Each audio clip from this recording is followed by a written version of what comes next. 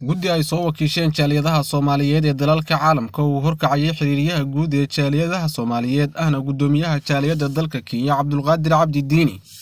oo dhawaan soo gaaray magaalada Muqdisho ayaa kulan wasaaradda arrimaha dibadda kula yeeshay mas'uuliyiinta ugu sarreysa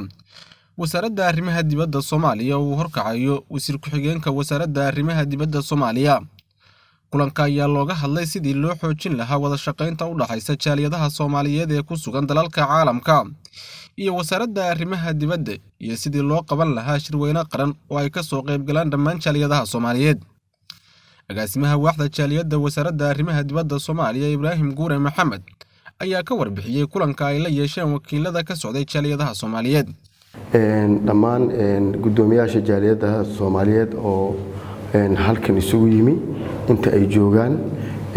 oo ilaa 5-6 jaaliyadooda oo wakiilna ka ah jaaliyadihii kale ee dhisnaa oo ay groupka ku wada jireen oo halkan isugu yimi waan u mahadcelinaynaa sida ay u soo gaareen dalka Soomaaliya oo ay u soo booqdeen dalkooda oo ay ugu yimaadeen dadkooda Soomaaliyeed iyo waaxdoodii jaaliyadaha Soomaaliyeed ee wasaaradda arrimaha dibadda. shirki aan maanta qabanay oo annaga jaaliyadaha aan wada galay oo ka dhacay xarunta dhexe ee wasaaradda arrimaha dibadda oo shir gudoominaya wasiir ku-xigeenka wasaaradda arrimaha dibadda oo ka soo qayb galay agaasimaha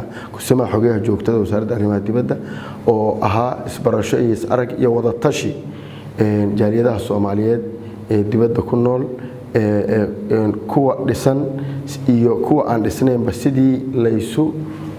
xoojin lahaa wax la isula qaban lahaa markii ugu horeysay shirkan uu dhaco oo ay isugu yimaadaan gudoomiyaal jaaliyadeed oo Soomaaliyeed oo dalka gudihiisa soo galay iyo waaxda ay u wada shiraan waxyaabihii laga wada hadlayna waxaa ka mid ah sidii loo dardargelin lahaa iskaashiga jaaliyadaha Soomaaliyeed ee dibadda ku nool iyo wax wada qabsiga wasaaradda arrimaha dibadda waaxdeeda jaaliyadaha.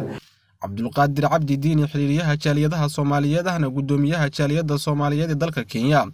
ayaa sidoo kale la hadlay kulanka ay la qaateen mas'uuliyiinta wasaaradda arrimaha dibadda Soomaaliya. aad iyo aad baan ugu mahadcelinaynaa si sharaf leh inoo soo dhaweeyeen waxaan ugu soo dhaweeyeen gacno furan wasiir ku-xigeenkii baa fadhiyay kusimaha xogayaha joogtada fadhiyay sida agaasimuhu sheegay.